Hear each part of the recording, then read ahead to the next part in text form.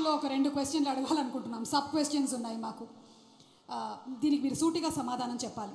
ఇద్దరు పేర్లు చెప్తాను, వాళ్ళల్లో మోస్ట్ హ్యాండ్సమ్ ఎవరు అనేది మీరు చెప్పాలి. ఏ డాక్టర్ ఎం మోహన్ బాబు గారు, బి విష్ణు మంచు గారు. ఈ ఇద్దరిలో కల్లా ఎవరు మోస్ట్ హ్యాండ్సమ్? మోస్ట్ హ్యాండ్సమ్ నీ పేరు చెప్తాను అనుకున్నావు కదా. Vishnu most handsome boy on the surface of earth. అలా ఎలా చెప్పేశారు సార్? ఇంకేమడుగుతావు అడుగు.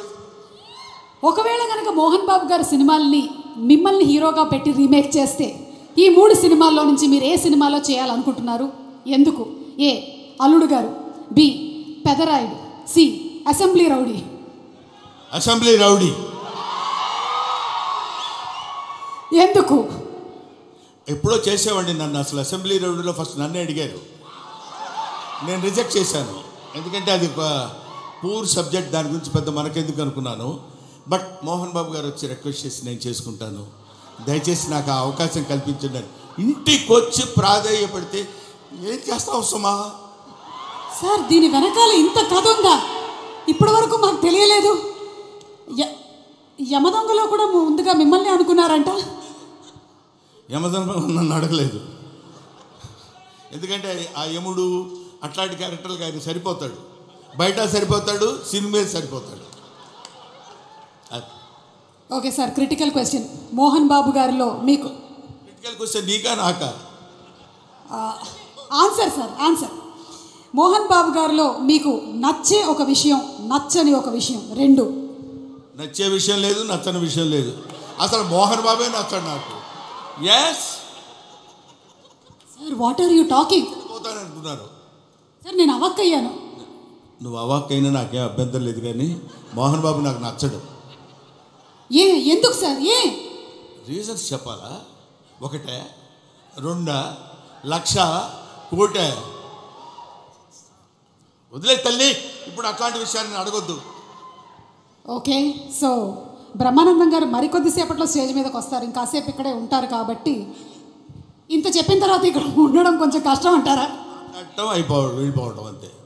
ఓకే, మరి ఇంకా ఆలస్యం చేయకుండా మా హాస్య బ్రహ్మ, ఇందాక ఆయన చెప్పినవన్నీ సరదాగానే, ఆయనకు మోహన్ బాబు గారు అంటే చాలా ఇష్టం. ఎస్, ఒక మహానటుడిని ఇష్టపడిన వాళ్ళు ఎవరు ఉంటారమ్మా? అంటే నేను ఒకసారి మోహన్ బాబు గారిని కూడా అడుగుదాం అనుకుంటున్నాను, ఆయన ఏం చెప్పాలనుకుంటున్నారో. ఇందాక మీరు చెప్పింది సార్, ఇందాక బ్రహ్మానందం గారు చెప్పిన దాని గురించి మీ స్పందన తెలుసుకోవాలనుకుంటున్నాం. బ్రహ్మానందం ఏం చెప్పినా కరెక్టే.